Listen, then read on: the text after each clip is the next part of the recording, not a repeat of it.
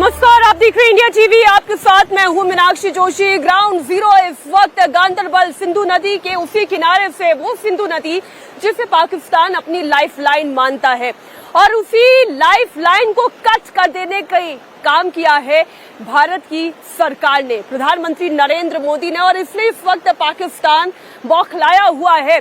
पाकिस्तान ये कह रहा है इस सिंधु में या तो जल बहेगा या फिर इस सिंधु में खून की नदी बहेगी। जी हाँ, एक एक करके तमाम बड़ी खबरें मैं आपके सामने रखूंगी, लेकिन ये सिंधु नदी जो कि पाकिस्तान, सिंधु और उसकी सहायक नदियां जो कि पाकिस्तान के तकरीबन 2.6 करोड़ हेक्टेयर जमीन को सिंचाई के लिए जरूरी है, वहां के दाने पानी के लिए जरूरी है। पाकिस्तान के आतंकवादी गतिविधियों की वजह से आज भारत को ये कड़ा फैसला लेना पड़ा है कि पाकिस्तान का हुक्का पानी बंद कर दिया गया है। इसी सिंधु नदी जल समझौते को फिलहाल के लिए भारत ने रोक दिया गया है, और इसलिए पाकिस्तान के प्रधानमंत्री शहबाज शरीफ ये कहते हैं कि ये भारत ने जंग की खुली चुनौती पाकिस्तान को दे दी है। पाकिस्तान इतना परेशान है, वो ये कह रहा है कि अगर भारत ने पानी रोका सिंधु का तो वो भारत के ऊपर जंग छेड़ देगा, भारत के साथ वो एक खूनी खेल खेलना चाहता है। क्या कहा शहबाज शरीफ ने, सबसे पहले आपको वो सुनाते हैं। That water is a vital national interest of Pakistan, our lifeline, and for our 240 million people, let there be no doubt at all. Its availability would be safeguarded at all cost and under all circumstances, inshallah. Reduce or divert the flow of water belonging to Pakistan under the Indus Waters Treaty would be responded to with full force and might, and nobody should remain under any kind of false impression and confusion.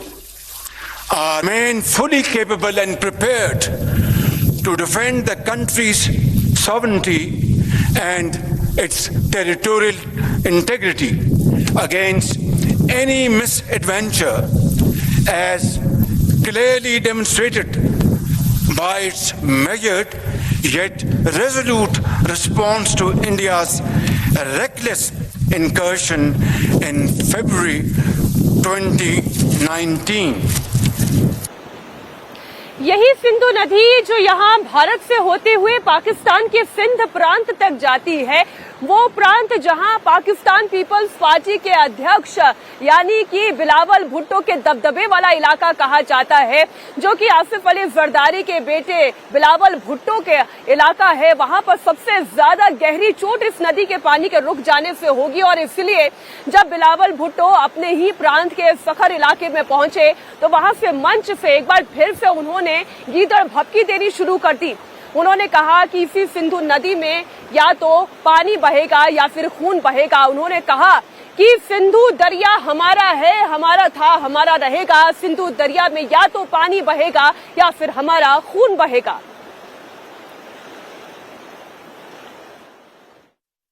कि ये इनका एक तरफा फैसला है कि जो Indus water treaty है, जो मुआहिदा हुआ पाकिस्तान और भारत के दरमियान, जिसके तहत भारत ये मान चुका कि सिंधु आपका है, सिंधु पाकिस्तान का है। मोदी ने और उनकी हुकूमत ने ऐलान किया कि अब वो ये मुआहिदा नहीं मानते, और मैं सखर में इसी सिंधु दरिया के साथ खड़े होके भारत को कहना चाहूंगा कि सिंधु हमारा है और सिंधु हमारा रहेगा।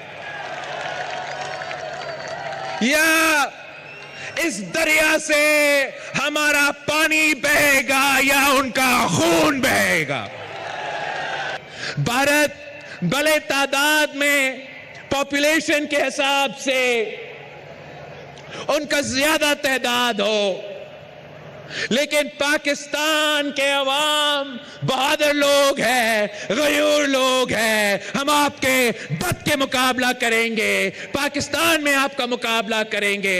हमारा बॉर्डर्स पे हमारा अफवाज आपको मुंह तोड़ जवाब देंगे और इंशाअल्लाह ताला हर पाकिस्तानी हमारा सिंधु का सफीर बन के दुनिया तक ये पैगाम भेजेंगे, दुनिया भर में ये पैगाम भेजेंगे कि सिंधु पे टाका नामंजूर, सिंधु पे टाका, सिंधु पे टाका, सिंधु पे टाका।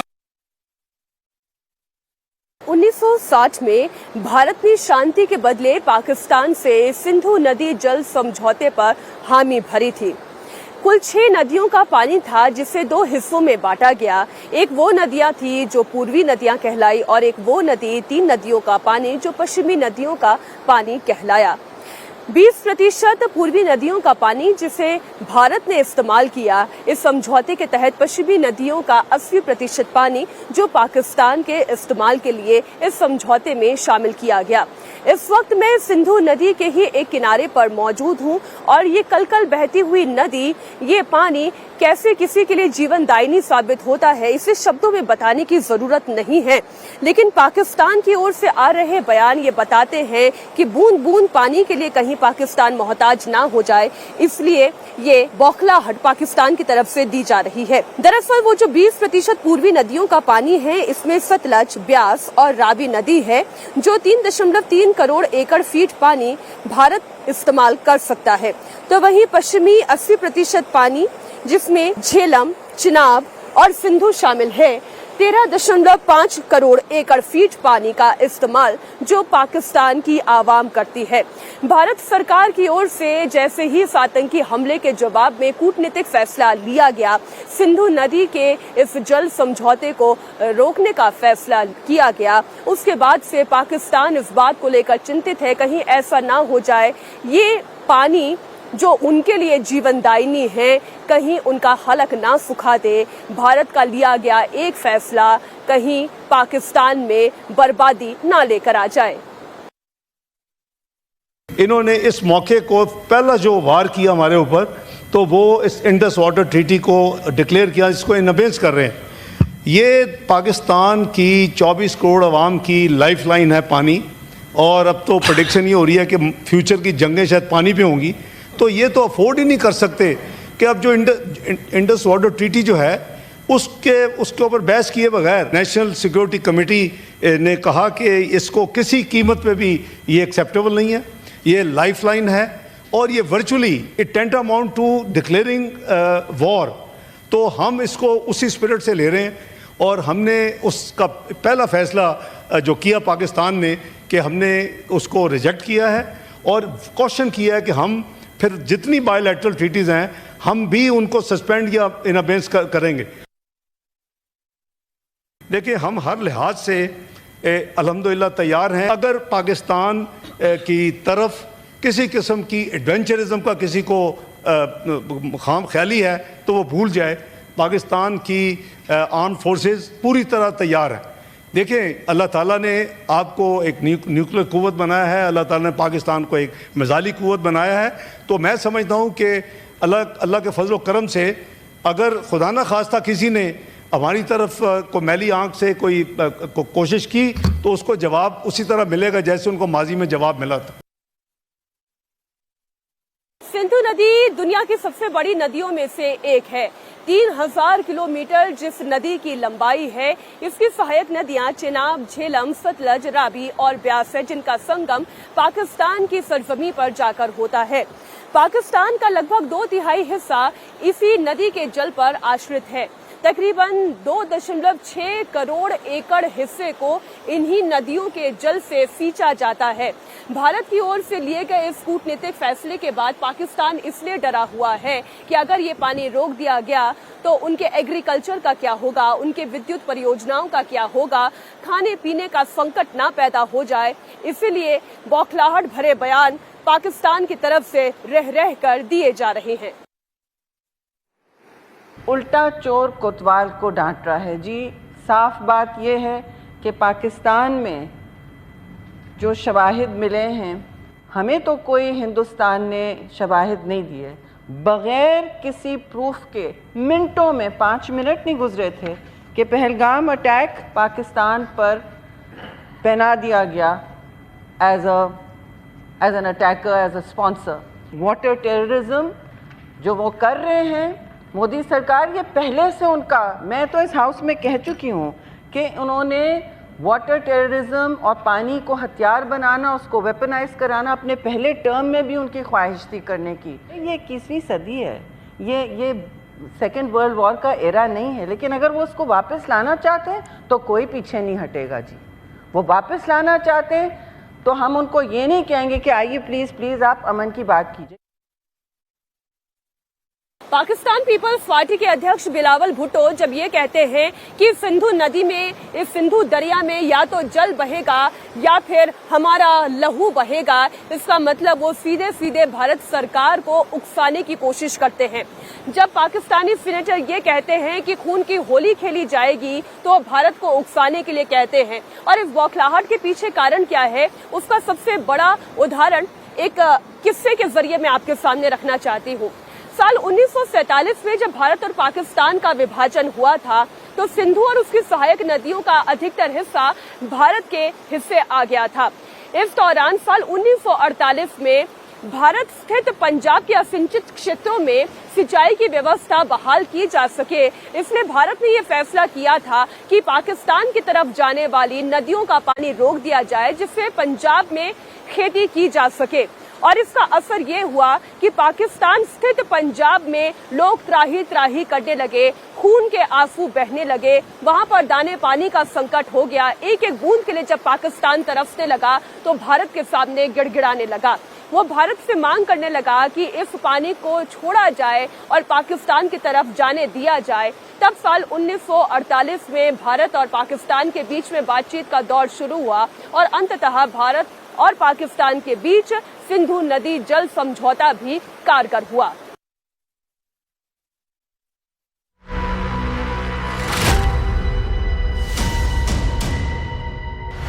पानी तो रुक गया, पीएम मोदी ने जो कहा वो 24 घंटे में कर भी दिया। पाकिस्तान देखता रह गया। पानी के नाम पर पाकिस्तानी फौज ने सर्कस तो शुरू कर दिया, लेकिन उसके फौजी खाएंगे क्या? पाकिस्तान की अकाल मृत्यु। पानी के लिए पाकिस्तान में पहले ही हाहाकार मचा हुआ है। 3/4 पाकिस्तान में पानी की एक एक बूंद के लिए बवाल मचा है। सिंध से पंजाब तक धरने पर धरने चल रहे हैं। लाखों लोग सड़कों पर उतरे हैं।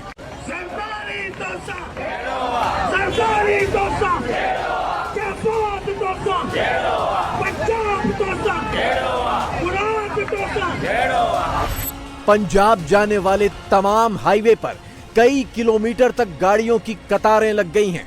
भारी भरकम ट्रक 6 दिनों से 1 इंच भी नहीं हिल पाए। ये अफरा तफरी, ये गृह युद्ध के हालात सिर्फ और सिर्फ सिंधु नदी के पानी के लिए हैं।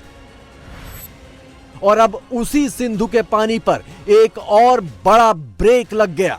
पहलगाम आतंकी हमले के जवाब में भारत ने पाकिस्तान जाने वाला पानी ही रोक दिया। मैं दरिया चिनाब के किनारे पर खड़ा हूँ। ये आप नीचे देखें, तकरीबन मुझे लगता है कि जिस तरह वो दरिया चिनाब के पानी को उसने टोटल बंद कर दिया है।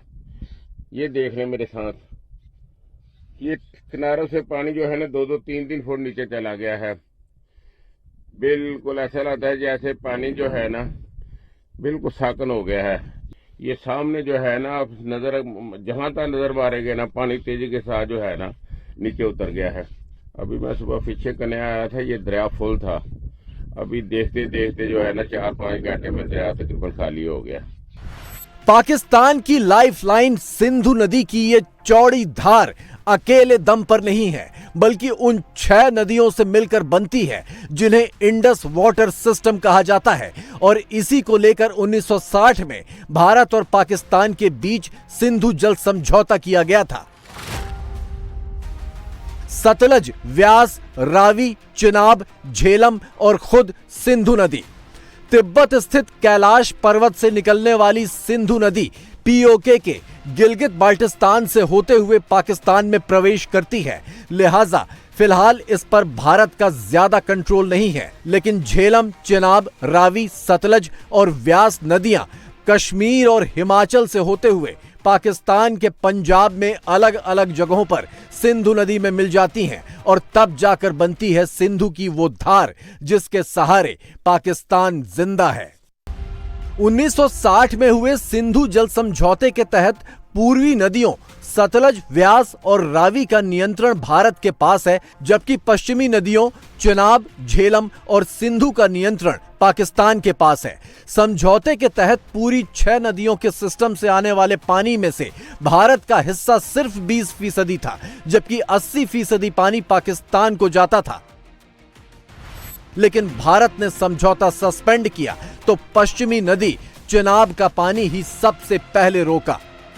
अभी हम जहाँ पर खड़े हैं ये चिनाब रिवर के पास है। ये पीछे आप देख रहे हैं चिनाब रिवर है और सलाल डैम की लोकेशन है। ये पीछे देख सकते हैं, यहाँ पे डैम के गेट्स पूरे बंद कर दिए हुए हैं, पानी रोक दिया गया है। नहीं तो पहले यहाँ पे काफ़ी हैवी फ्लो होता था पानी का, ये पानी सीधे पाकिस्तान जाता था। बहुत बढ़िया फैसला है इंडियन गवर्नमेंट का। Government of India has taken some steps as far as Jammu and Kashmir is concerned.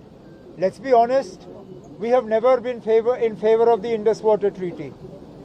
We have always believed that the Indus Water Treaty has been the most unfair document to the people of Jammu and Kashmir. Pakistan की 80% कृषि सिंधु नदी के पानी पर निर्भर है। पाकिस्तान के GDP का कुल 21% हिस्सा कृषि से आता है। पाकिस्तान के 45% कामगार किसी न किसी तरह से कृषि से जुड़े हैं। अब सोचिए कि सिंधु का पानी सूखा तो पाकिस्तान का क्या होगा।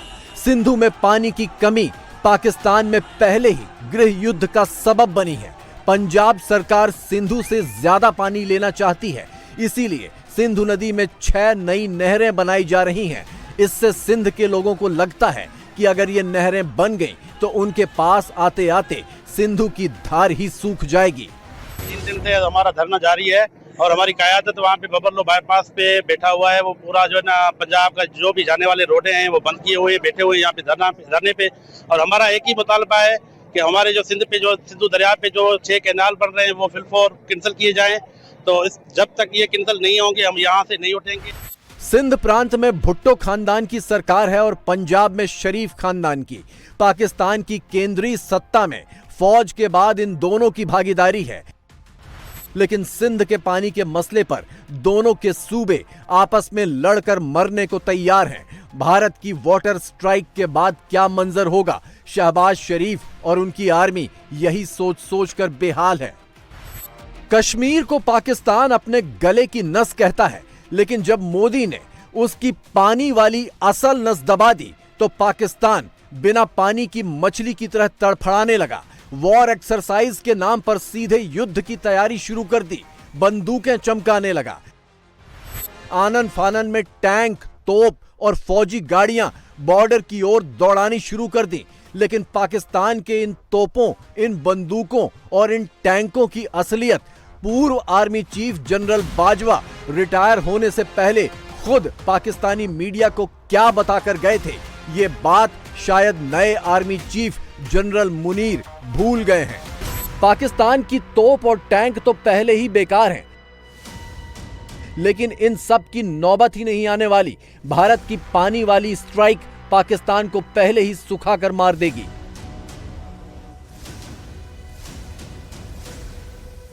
वैसे तो भारत को इस सिंधु समझौते से फायदा कम है और पाकिस्तान को मुनाफा ज्यादा है, लेकिन फिर भी तत्कालीन प्रधानमंत्री जवाहरलाल नेहरू ने समझौते के लिए हस्ताक्षर इसलिए किए क्योंकि वो शांति चाहते थे। हालांकि 1960 में समझौते के 5 साल के बाद ही साल 1965 में पाकिस्तान ने भारत के खिलाफ एक जंग छेड़ दी, जिससे ये तो तय हो गया कि चाहे भारत पाकिस्तान के लिए कितना भी हितैषी और कितना भी मानवतापूर्ण अपना चेहरा क्यों ना दिखा दे, फिर भी पाकिस्तान अपनी हरकतों से बाज नहीं आएगा। और एक ऐसी ही बेजा हरकत, घिनौनी हरकत पाकिस्तान के द्वारा पाले गए आतंकियों ने की है, और इसलिए भारत ने ये कूटनीतिक फैसला किया कि इस सिंधु जल समझौते को फिलहाल के लिए रोक दिया गया।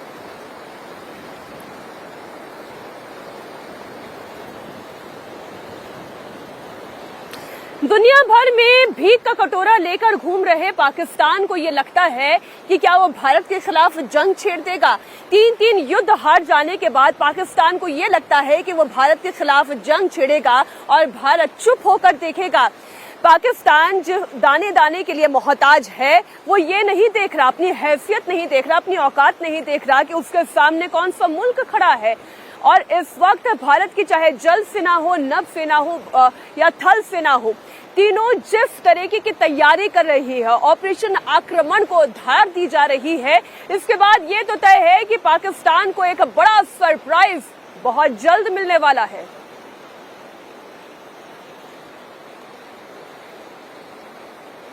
इसी बीच एक बड़ी खबर आपको बता दें, इंडियन आर्मी ने पाकिस्तान को 2 टूक मैसेज दिया है। बड़ी खबर आपको दे दें, यह मैसेज वीडियो के जरिए दिया गया है। सेना ने जंग की तैयारियों का एक नया वीडियो जारी किया है। कहा है कि इंडियन आर्मी जंग के लिए हमेशा तैयार है।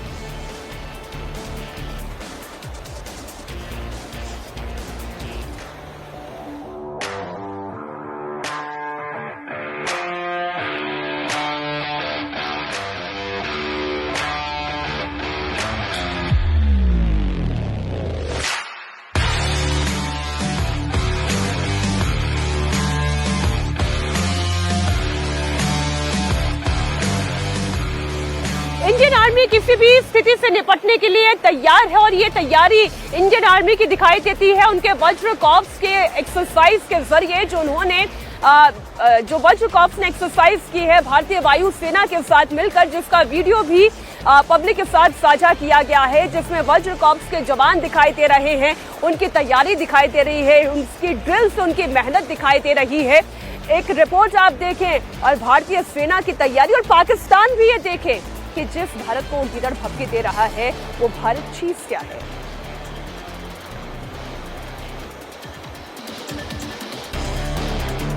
इसी बीच एक और बड़ी खबर आपको बता दें, आतंक पर फाइनल असॉल्ट के लिए इंडियन नेवी भी पूरी तरीके से तैयार है। एक और तस्वीर अब मैं आपके सामने रख रही हूं ग्राउंड जीरो से। भारतीय नौसेना ने एक पोस्ट किया है जिसमें उन्होंने लिखा है, मिशन रेडी। कहीं भी, कभी भी, किसी भी स्थिति में भारतीय नौसेना पूरी तरीके से तैयार है, हर चैलेंज से निपटने के लिए तैयार है। वहीं भारत की तरफ से पाकिस्तान को सबक सिखाने के लिए कवायद किस तरीके से एक्सेलरेट हो रही है, वो तस्वीरें मैं आपके सामने रख रही हूं। बड़ी खबर यह है कि आज रक्षा मंत्री राजनाथ सिंह ने तीनों ही सेनाओं के प्रमुखों से मुलाकात की है। इस दौरान उनके साथ रॉ चीफ भी मौजूद थे, एनएसए अजीत डोभाल भी मौजूद थे। इस अहम मीटिंग में सीमा पर तैनाती की स्थिति, खुफिया सूचनाओं के आदान प्रदान को लेकर तमाम जानकारी हासिल की गई है। जिस तरीके से खुफिया नेटवर्क पाकिस्तानी आतंकियों ने तैयार किया है, उस नेटवर्क को कैसे कुचला जा सकता है, ये कार्रवाई भी इस बातचीत के दौरान हुई है। सेना प्रमुख ने रक्षा मंत्री को जम्मू कश्मीर में चल रहे ऑपरेशन की जानकारी दी। आतंकियों के विदेशी आकाओं को कुचलने की तैयारियों के बारे में भी उन्हें ब्रीफ किया गया है। हिंदुस्तान इंतकाम लेगा, और इंतकाम ऐसा लेगा कि पाकिस्तान और उनके पाले गए आतंकियों की 7 पीढ़ियां भी याद करेगी। ऐसा इंतकाम होगा जिसकी कल्पना भी कभी पाकिस्तान ने नहीं की होगी, और इसलिए पाकिस्तान सेना की रूह कांप रही है। उनकी सेना में भी खलबली मची हुई है। एक बड़ी खबर आपको बता दें, पाकिस्तान की वो सीमा जो राजस्थान के बॉर्डर से सटी हुई है, वहां पर हलचल तेज हो गई है। आपको जानकारी दे दें, बॉर्डर पर नए कैमरे इंस्टॉल किए गए हैं। भारत की बॉर्डर सिक्योरिटी फोर्स के द्वारा लगातार एक्टिविटी जो है वो बढ़ी हुई है। सिंध इलाके में बड़ी तादाद में छिपी हुई फोर्स को तैनात किया गया है। इधर बहावलपुर में आतंकी संगठन जैश ए मोहम्मद के हेडक्वार्टर पर भी हलचल तेज हो गई है। भारत के हमले के डर से जैश ए मोहम्मद के हेडक्वार्टर पर भी सुरक्षा बढ़ा दी गई है। आप जानते हैं बहावलपुर में जैश ए मोहम्मद का हेडक्वार्टर है, और वो पाकिस्तान नहीं चाहता कि आतंकियों के आका को किसी भी तरीके का नुकसान पहुंचे, और जिस तरीके के बालाकोट सर्जिकल एयर स्ट्राइक हुई थी, वैसी ही कोई एयर स्ट्राइक एक बार फिर से हो जाए, उससे पहले ही पाकिस्तान भी कैसा विचलित है उसकी एक एक खबर आपके सामने रख रही हूं। इधर पाकिस्तान की किसी भी हरकत का मुंहतोड़ जवाब देने के लिए बॉर्डर सिक्योरिटी फोर्स उस रेतीली जमीन पर किस तरीके से एक्टिव मोड पर है, तपती हुई धरती पर किस तरह से बीएसएफ के जवान पेट्रोलिंग कर रहे हैं, नाइट विजन कैमरास का इस्तेमाल किया जा रहा है। एक रिपोर्ट जरूर देखिए। तपती रेत के 50 डिग्री टेम्परेचर में मैं इस वक्त मौजूद हूं भारत पाक सरहद पर। पहलगाम में हुए हमले के बाद मुंहतोड़ जवाब देने की तैयारी हर मोर्चे पर हो रखी है, लेकिन बीएसएफ ने तैयारी मजबूत कर रखी है, क्योंकि ये जो बॉर्डर है उस पर बीएसएफ मौजूद है और बीएसएफ की तैयारी बेजोड़ है।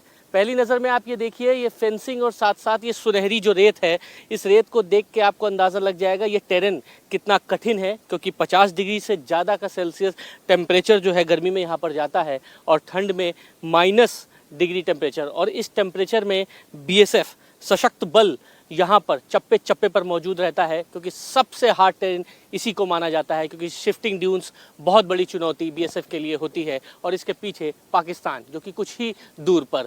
लेकिन अभी फ़िलहाल बीएसएफ ने मुस्तैदी बढ़ा दी है। चप्पे चप्पे पर 471 किलोमीटर की राजस्थान की इस सरहद पर बीएसएफ ने पूरा मोर्चा संभाल के रखा हुआ है। और बड़ी बात यह है कि चप्पे चप्पे पर मुस्तैदी हो रखी है। सुबह दोपहर शाम रात 24 घंटे पेट्रोलिंग हो रही है, चाहे वो किसी तरीके से हो। और इस पेट्रोलिंग में बड़ी बात यह है कि इस पूरी रेत पर कैमल पेट्रोलिंग के अलावा चप्पे चप्पे पर जब ये बीएसएफ के लोग जाते हैं तब सबसे बड़ी चुनौती यही है कि सीमा पार से तो कोई नहीं घुस आया है, उसको देखना एक बहुत बड़ी चुनौती होती है। और अभी आप देखिए ये जो फेंसिंग है, इस फेंसिंग के पीछे जो बीओपी है, वो सामने की जो आपको बीओपी दिखाई दे रही है वो पाकिस्तान की पोस्ट है और ये भारत की सीमा में हम इस वक्त मौजूद हैं। लेकिन इस वक्त हलचल बहुत ज़्यादा है और हलचल की वजह सबसे बड़ी ये है कि सामने हरकत जो भी होगी उसका मुंह तोड़ जवाब देना। आप देखिए पाकिस्तान क्या कहता है कि अगर पानी रोका गया या सिंधु नदी का बहाव कहीं मोड़ा गया तो पाकिस्तान हिंदुस्तान पर जंग छेड़ देगा। जबकि जिस बॉर्डर की अभी मैं तस्वीर आपके सामने रख रही थी, साल 1971 में भी तो पाकिस्तान ने भारत के साथ एक ऐसी ही जंग लड़ने की कोशिश की थी जिसमें पाकिस्तान ने मुंह की खाई थी। लेकिन फिर भी पाकिस्तान है कि उसके अंदर के कीड़े कुलबुलाते हुए रह रह कर बाहर आते रहते हैं और इसलिए एक बार फिर से वो जंग की बात कर रहा है। वो ये जानता है कि भारत उसे मुंहतोड़ जवाब देने के लिए तैयार है। और वहीं उसी सीमा से आप एक और रिपोर्ट देखें, बीएसएफ की सिक्योरिटी और उनकी तैयारी की तस्वीर। मैं इस वक्त राजस्थान से सटे भारत पाक सरहद पर मौजूद हूँ। जिस जगह मौजूद हूँ इस जगह को कभी कोई भुला नहीं सकता। वजह यह है कि 1971 की जब लड़ाई हुई थी तब पाकिस्तान ने इसी जगह से घुसपैठ की थी और एक बार फिर से आज जब तनाव है तब पाकिस्तान ने अपना सारा सर्वेलेंस इस जगह पर एक्टिव कर दिया है और बीएसएफ ने मुस्तैदी के साथ पूरे बॉर्डर को संभाल के रखा है। ये पूरा जो रेतीला इलाका आप देख रहे हैं, यहाँ पर बीएसएफ चप्पे चप्पे पर जो है यहाँ पर निगरानी रख रही है।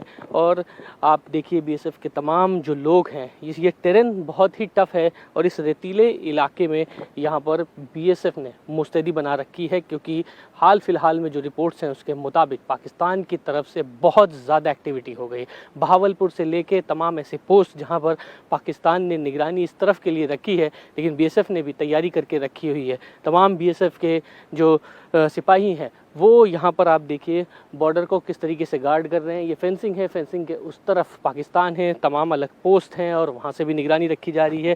अब इस समय टेम्परेचर बहुत ज़बरदस्त हो जाता है।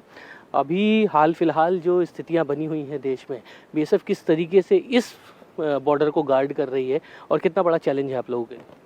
जो क्लाइमेट चैलेंज है वो हर जवान के लिए है, लेकिन हर जवान खुद में ही आप एक सेल्फ मोटिवेटेड है देश की रक्षा के लिए, देश के लोगों के लिए, और इसी जज्बे से हम इस बॉर्डर पे तैनात हैं, जिसकी वजह से हमें जो भी चैलेंजेस है, क्लाइमेट चैलेंजेस है, वो हमारे ऊपर हैवी नहीं होते, हम उनके ऊपर हैवी होते हैं। आप लोग इस तरीके से हथियार के साथ अभी यहाँ पर पेट्रोलिंग कर रहे हैं और क्या क्या चीज़ों का ध्यान रखते हैं? क्योंकि यहाँ पे फुट स्टेप्स के तो मार्क पड़ जाते हैं, उससे पता लगता है। बाकी किस तरीके से आप ध्यान रखते हैं कि बॉर्डर के उस पार से कोई यहाँ पर घुसपैठ ना करे? हम लोग बॉर्डर के उस पार से कोई घुसपैठ ना करे, इसके एक्टिविटीज़ को ध्यान रखते हैं। फूड का ध्यान रखते हैं, फूड पेट्रोलिंग होता है। हम लोग पेट्रोलिंग करते हैं, जैसा कि आप लोग अभी देख रहे हैं हम लोग पेट्रोलिंग कर रहे हैं। इसी प्रकार यहाँ पर फुट पेट्रोलिंग होता है, जांच होता है कि कोई इधर से उधर गया होगा, और पैरों के निशान देखते हैं और अदर एक्टिविटीज़ देखते हैं। जो पाक रेंजर है उसकी भी एक्टिविटीज़ हम लोग देखते हैं बाइनोकुलर के माध्यम से। इतना टेम्परेचर, हथियार, गार्ड, सब कुछ, बाइनोकुलर, पूरा एक वर्दी, इतनी गर्मी, और उसके बाद इस बॉर्डर को गार्ड करना बहुत बड़ा चैलेंज है। और आप किस तरीके से, लगभग कितने किलोमीटर तक के पेट्रोलिंग आप लोग करते हैं? हम लगभग यहाँ पे 3 से 3.5 किलोमीटर का पेट्रोलिंग करते हैं, जिनमें ऐसा है कि दिन के टाइम तो बाइनोकुलर है हमारे पास, रात के टाइम हो जाता है नाइट विजन, तो इनमें दूर से दूर तक दिखाई देता है। तो बाकी हमारा जैसे फुट पेट्रोलिंग होता है, उसके बाद कैमल का पेट्रोलिंग होता है, इनके द्वारा हम रेकी कर सकते हैं। घुसपैठ करने की कोई कोशिश करे तो उसको आप तुरंत एक्शन लेने का ऑर्डर है? बिल्कुल तुरंत, चाहे घुसपैठ करने का जैसे हम दिख गए